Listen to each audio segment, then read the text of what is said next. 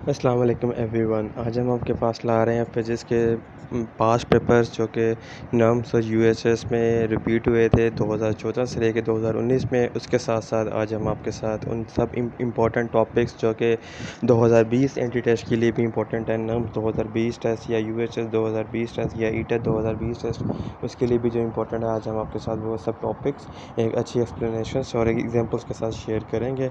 तो शुरू करने से पहले हम सबकी आप हमारी टीम की आपसे एक रिक्वेस्ट है कि काइंडली हमारे चैनल को सब्सक्राइब करें, इसको लाइक करें और इसको शेयर करें इस वीडियो को अपने सब फ्रेंड्स और दोस्तों के साथ जो नम्स और यूएचएस के 2020 टेस्ट में अपीयर हो रहे हैं। चलिए शुरू करते हैं। सबसे पहले फिजिक्स का जो फर्स्ट टॉपिक है that is elastic collision in one dimension. It is the most important topic और ये टॉपिक है फिजिक्स पार्ट 1 का, और ये नम 2020 टेस्ट के लिए काफ़ी अहम टॉपिक है। तो हम आज इसका आपके सामने इसकी इम्पोर्टेंट डेफिनेशंस, कुछ एमसीक्यूज और कुछ पास्ट पेपर का जो मटेरियल है वो आज आपके साथ शेयर करेंगे। सबसे पहले मैं आपको बता दूं कि इलास्टिक कोलिजन जो होता है ना, it is one that also conserves internal energy and internal kinetic energy is the form. अच्छा, इसमें दो चीज़ें बताई गई हैं आपको, एक इलास्टिक कोलिजन के बारे में बताया और दूसरा इंटरनल काइनेटिक एनर्जी के बारे में बताया। इलास्टिक कोलिजन क्या होता है? एक ऐसी एनर्जी होती है या ऐसी कोलिजन होती है जिसमें जो काइनेटिक एनर्जी है ना वो कंजर्व रहती है। लाइक अगर आप पे एक रबड़ बॉल है या कोई एक टेनिस बॉल है, ठीक है, कोई हार्ड बॉल है, जब हम उसको ज़मीन पे मारते हैं और टेनिस बॉल वापस नहीं आएगी, वो बाउंस बैक नहीं करेगी क्योंकि वो हार्ड है बॉल।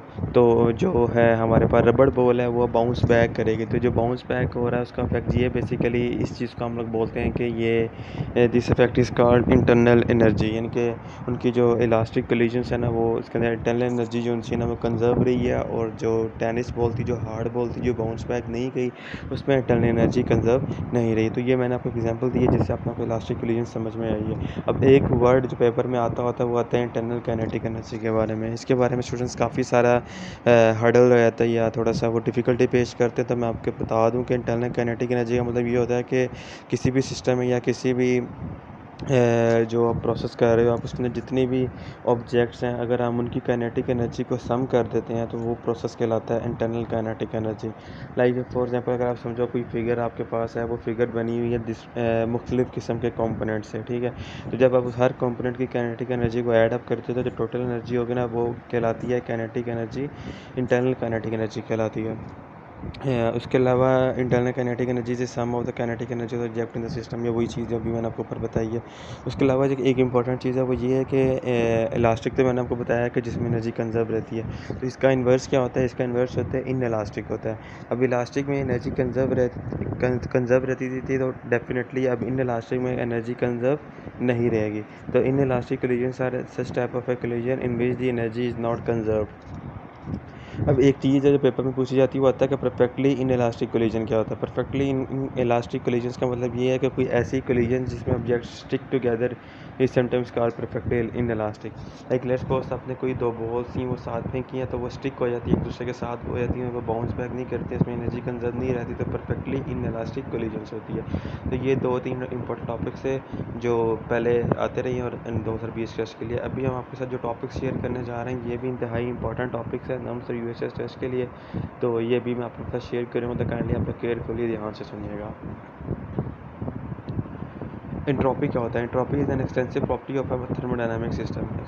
एंट्रोपी जो होता है ना, एक ऐसी प्रॉपर्टी जो थर्मोडायनामिक सिस्टम को एक्सप्लेन करती है। It quantifies the number 5 for a microscopic configuration that are consistent with microscopic quantities. लेकिन मैं आपको एक इजी डेफिनेशन बताऊँ तो एंट्रोपी का मतलब ये होता है कि that results in the change of heat in a system, यानी कि जब भी किसी सिस्टम के अंदर हीट इन हो रही होती है that results in increase in your entropy. Entropy basically relate कर रही होती है विद द हीट या टेम्परेचर आप कह लो, ठीक है। तो इसके बारे में थोड़ी सी इंपॉर्टेंट चीज़ें हैं कि लाइक अगर आप विकीपीडिया पे सर्च करते हैं रिगार्डिंग एंट्रोपी तो आपको वो बताता है कि अगर इसके जो स्टैंडर्ड यूनिट है जो हम सबको पता है दैट इज़ जाउस पर केल्विन, ठीक है। ये किस तरह डराइव हुआ? अगर आप ये फार्मूला लिखें, इसका फार्मूला होता है s equal to q divided by t. Q क्या होता है? क्यू आपकी हीट है जिसका यूनिट आप लोग क्या लिख रहे हो? जूल्स, ठीक है। नीचे आपके पास क्या है, टी, टेम्परेचर, टेम्परेचर का यूनिट होता है केल्विन, तो आपको क्या करोगे, जूल्स पर केल्विन लिख सकते हो।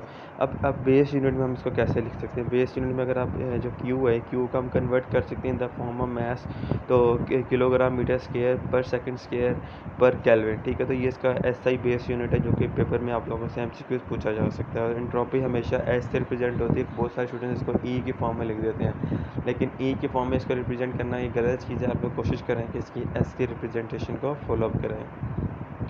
अब एंट्रोपी के बारे में अगर मैं आपको थोड़ा सा मज़ीद बता दूं, तो कहता है कि एंट्रोपी जो होता है ना, बेसिकली ये किसी भी सिस्टम में एक तो हीट से रिलेट कर रहा होता है, ठीक है। उसके अलावा ये इसकी एग्जांपल अगर हम बात करें तो इसकी एग्जांपल है कि कैंप फायर, इसने एग्जांपल लिखी है कैंप फायर। कैंप फायर से मुराद क्या है, लाइक लेट्स सपोज अगर आप कोई जंगल मूव करते हैं, या हम लोग जब कोई भी फायर लगाते हैं, आग लगाते हैं, कैंप फायर वो होती है, इसमें काफ़ी सारी लकड़ियों का इकट्ठा करके उसका मजमूआ बना के उसको हीट अप करते हैं, तो उससे बहुत सारा धुआं हीट प्रोड्यूस होती है, जिससे एंट्रोपी इंक्रीज़ करती है। तो कैंप फायर एक एग्जांपल है एंट्रोपी की। इसके अलावा जो सॉलिड वुड होती है, जब हम उसको बर्न्स करते हैं, लाइक अगर जंगलों में आग लग जाती है, लाइक आप लोगों ने अक्सर सुना होगा जो ऑस्ट्रेलिया के जो फॉरेस्ट है उसमें इतनी गर्मी होती है कि उसमें जो जंगलात वगैरह होते हैं उनको ऑटोमेटिकली हीट लग जाती थी, वो सारी एंट्रोपी की वजह से होता है, और उससे एंट्रोपी मज़ीद इंक्रीज़ करती है। इसी तरह जब हम गैसेस होती है या ऑयल वगैरह बर्न होता है, जब हमारे ऑटोमोबाइल्स चलते हैं, गाड़ियाँ चलती हैं या मोटरसाइकिल चलते हैं, तो उसमें फ्यूल बर्निंग हो रही होती है। उस फ्यूल बर्निंग की वजह से क्या होता है, एग्जॉस्ट प्रोड्यूस होता है। उस एग्जॉस्ट की वजह से क्या होता है, एंट्रोपी इंक्रीज़ करती है। तो ये थी एंट्रोपी की डेफिनेशन, उसका यूनिट, उसका बेस यूनिट और उसकी इंपॉर्टेंट एग्जांपल्स। अब हम चलते हैं लॉस ऑफ थर्मोडायनामिक्स के बारे में। ये थोड़ा सा इंपॉर्टेंट टॉपिक है, बहुत सारे स्टूडेंट्स को इसके बारे में समझ में नहीं आता, ठीक है। तो काइंडली आज आप लोग केयरफुली और ध्यान से सुनने का, ताकि आपको इसकी अच्छी तरह एक्सप्लेनेशन समझ में आ जाए। कहता है कि the first law of thermodynamics also known as a law of conservation of energy. कहता है फर्स्ट लॉ का जो दूसरा नाम है ना, उसमें कंजर्वेशन ऑफ एनर्जी है। इसका क्या मतलब है conservation of energy? Conservation of energy से मुराद ये है कि इस लॉ में जो एनर्जी है ना, टोटल एनर्जी, वो हमेशा कंजर्व रहती है, ठीक है। और state energy can not be created. बस यानी कि आप लोग इतना याद रखेंगे, फर्स्ट लॉ का एक तो दूसरा नाम उसका ये है कंजर्वेशन ऑफ एनर्जी, और उसकी डेफिनेशन ये है कि एनर्जी ना तो बनाई जा सकती है और ना ही एनर्जी को डिस्ट्रॉय किया जा सकता है। ये है थर्मोडायनामिक्स का पहला लॉ।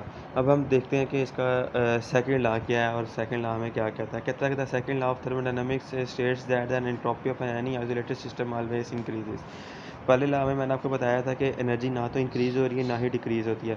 दूसरे लॉ में मैंने आपको ये बताया कि जो टोटल जो एनर्जी होती है ना किसी भी सिस्टम की, वो हमेशा इंक्रीज़ करती है। तो ये थोड़ा डिफरेंस याद रखिएगा। फिर रिपीट कर रहा हूँ, पहले में क्या होता है, ना तो एनर्जी डिस्टोर्ट होती है ना ही क्रिएट होती है। दूसरे लॉ में क्या है, एंट्रोपी इंक्रीज़ होने की वजह से जो सा हमारे पास एनर्जी है ना, दैट ऑलवेज ऑलवेज इंक्रीजेस। तो ये फर्स्ट एंड सेकंड लॉस के बारे में थोड़ी सी इंपॉर्टेंट डेफिनेशंस और थोड़े से एग्जांपल्स हैं। अब हम चलते हैं कार्नोट इंजन और पेट्रोल इंजन की तरफ। ये क्या होते हैं? मैं गाइस शुरू करने से पहले थोड़ा सा आप लोगों को एक इम्पोर्टेंस नोटिस ये बताता चलूँ कि ये दोनों जो टॉपिक्स हैं, कार्नोट इंजन और petrol engine, this both are so much important topics, ठीक है। काफ़ी इंपॉर्टेंट टॉपिक्स हैं, तो कोशिश करें कि आप इन टॉपिक्स को केयरफुली ध्यान से सुनिएगा, ठीक है। थ्योरी इतनी स्लाइड्स में नहीं लिखी हुई, लेकिन जो मैं आपको एक्सप्लेनेशंस बताऊंगा वो आप लोगों ने केयरफुली सुनना है, ठीक है। मैं ज़्यादा बताऊंगा, यानी कि आप लोग सुनते जाइएगा कि क्या क्या इस चीज़ों में होती है। स्लाइड्स में थोड़ा मटेरियल लिखा हुआ है, मैं आपको ज़्यादा अच्छा एक्सप्लेन कर दूँगा अच्छी एक्सप्लेनेशन के साथ, तो केयरफुली ध्यान से सुनिएगा। चलिए हम सबसे पहले शुरू करते हैं। हमारे पास दो किस्म के इंजन होते हैं, जो आप लोगों के एफएससी प्री मेडिकल फिजिक्स का टॉपिक भी है, और जो नाम से यूएचएस के पास पेपर में आता भी रहा है, और 2020 टेस्ट के लिए भी इंपॉर्टेंट है। इसमें हमारे पास जो टॉपिक आ रहा है वो आ रहा है कार्नोट इंजन क्या होता है और पेट्रोल इंजन क्या होता है। पहले हम कार्नोट इंजन की बात करते हैं। कहता है कि Carnot engine is a theoretical thermodynamic cycle propose by Leonard Carnot. अच्छा, इसका आप लोग एक चीज़ ये भी कही है, इसके साइंटिस्ट का नेम जरूर याद करें। मैंने आप लोगों को इन्फॉर्म किया कि साइंटिस्ट का नेम इंपॉर्टेंट होता है। It gives the estimate of the maximum possible efficiency that a heat engine driving the conversion process of heat into work. अच्छा, आप लोगों ने बहुत सारे ऐसे प्रोसेस देखे होंगे जिसमें हीट एनर्जी को हम उससे एक वर्क लेते हैं, ठीक है। उस चीज़ को हम लोग बोलते हैं Carnot engine. Like let's suppose अगर आप लोगों को मैं एक एग्जांपल देता हूँ, आप लोगों ने अक्सर नोट डाउन किया होगा, जो कार होती है हम उसके अंदर फ्यूल भरते हैं। अब वो फ्यूल कैसे काम कर रहा होता है, वो कार्नोट इंजन पे काम करता है। इसको ध्यान से सुनें, ठीक है। देखिए होता ये है कि जब हम गाड़ी चलाते हैं या गाड़ी चल रही होती है तो उसके अंदर जो फ्यूल हो रहा होता है ना, वो बर्नट हो रहा होता है। और जब फ्यूल बर्नट हो रहा होता है, जो कार का जो कार्बोरेटर है, जो इसका इंजन है, वो हीट अप हो रहा होता है। उस हीट अप होने की वजह से जो इसकी हीट होती है, उससे वर्क प्रोड्यूस होता है, और उस वर्क की वजह से कार का एक्सल यानी कि कार खुद ब खुद एक्सेलरेट करना शुरू कर जाती होती है। तो ये कार्नोट इंजन की one of the best example है, और उसकी डेफिनेशन यही है कि कार्नोट इंजन एक ऐसा इंजन होता है जिसमें हीट इवॉल्व होती है वर्क डन पैदा करने के लिए। तो ये आप लोगों ने डेफिनेशन इसको इंपॉर्टेंट समझ के इसको याद करना है। अब हम चलते हैं कि कौन कौन सी डिवाइसेस है जिनमें कार्नोट इंजन काम कर रहा है। तो ये सेकंड पैराग्राफ अगर आप फोकस करें तो इसमें बताया गया है कि the devices used in Carnot engine are turbine. अच्छा, इसमें कंस्ट्रक्शन पहले बता रहा है, ठीक है। आप लोगों ने इस टॉपिक में 3 चीज़ें करनी है, पहले डेफिनेशन, फिर एग्जांपल जो मैंने आप लोगों को बताई है, ठीक है, और फिर तीसरे नंबर पे आप लोगों ने इसकी करनी है कंस्ट्रक्शन, और चौथे नंबर पे आपने करना है कि कौन कौन से प्रोसेस में यूज़ होता है, ठीक है। तो मैंने आपको डेफिनेशन भी बता दिया और इसकी एग्जांपल बता दिया। अभी मैं तीसरी हेडिंग बता रहा हूँ कि इसमें इसकी कंस्ट्रक्शन क्या होती है, ठीक है। तो कंस्ट्रक्शन में इसके हमारे पास ये है कि जो कार्नोट इंजन है ना, ये कॉन्स्टेंट होता है किस किस का। टरबाइन इसमें यूज़ हो रही होती है, हीट एक्सचेंजर्स होते हैं। हीट एक्सचेंजर्स 2 किस्म के एक पोल्स होते हैं जिसमें हीट एक्सचेंज हो रही होती है from one point two another point, ठीक है। और इसके अलावा एक कंप्रेसर लगा होता है जो हीट को बाहर निकालता है, जिससे वर्क डन पैदा होता है। तो ये 3 कंस्ट्रक्शन पार्ट्स होते हैं, टरबाइन, एक्सचेंजर्स और कंप्रेसर, जो कार्नोट इंजन में कोई भी वर्क अंजाम देते हैं, ठीक है। उसके अलावा कार्नोट साइकिल जो होता है वो किन प्रोसेसेस में यूज़ होता है। वो प्रोसेस हमारे पास एक तो आइसोथर्मल प्रोसेस है, फिर आइसेंट्रोपिक प्रोसेस है, फिर एक्सपेंशन है और रिजेक्शन। ये सारे प्रोसेसेस हैं जो जिनमें हम ये कह सकते हैं कार्नोट इंजन काम कर रहा है या जो इसकी एप्लीकेशंस है।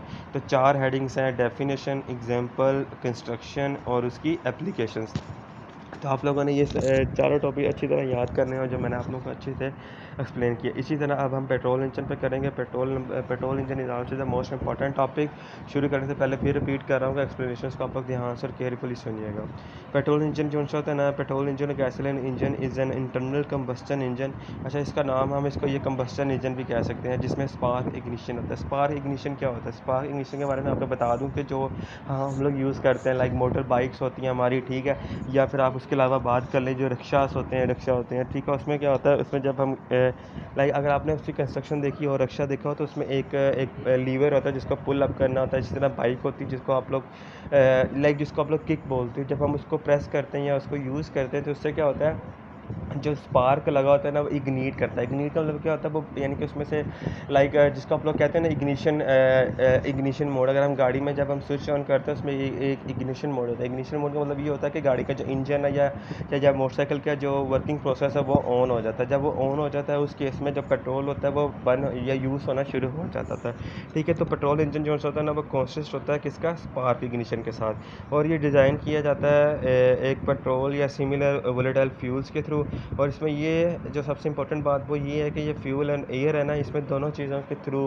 प्रोसेस हो रहा था। लाइक फ्यूल जो होता है वो खुद ब खुद तो नहीं ना, अब उसमें बर्न होना, उसमें ज़रूर एयर का भी अखराज होता है। जब एयर उसमें यूज़ होती है तो उस केस में वहाँ पे फ्यूल कंबस्टन हो रही होती है, ठीक है। और इसके अलावा अगर मैं आपके बारे में सेकंड पैराग्राफ फोकस कर रहा हूँ तो कहता है कि जो अब हम इसके यूजेस क्या है। गैसोलीन सबसे बड़े यूज़ है। गैसोलीन क्या होता है? गैसोलीन हमारे पास जो होता है ना, फ्यूल यूज लाइक गैसोलीन अक्सर हम जो गैसेस जो हम लोग घरों में यूज़ कर रहे होते हैं कुकिंग वगैरह के लिए, ठीक है, वो भी सारा जो प्रोसेस हो रही होती है वो भी पेट्रोल इंजन पर काम कर रहा होता है, ठीक है। और इसके अलावा जो पेट्रोलियम बेस्ड फ्यूल है, जो रिफाइनरीज हैं सारी, इसी तरह कार्स है, फिर हमारे पास व्हीकल सिस्टम है, फास्ट स्टेशन है, गैसोलीन है। तो ये जितनी भी एग्जांपल्स मैंने आप लोगों के साथ शेयर की हैं, ये सारी एग्जांपल्स हैं किसकी? पेट्रोल इंजन की। तो ये टॉपिक्स आज के इंपॉर्टेंट टॉपिक्स हैं जो मैंने आप लोगों के साथ शेयर किए हैं। एंड करने से पहले मैं आप लोगों से रिक्वेस्ट कर दूँ, काइंडली हमारे चैनल को सब्सक्राइब करें, इस वीडियो को लाइक भी करें और शेयर भी करें। थैंक यू गाइस, अल्लाह हाफिज़।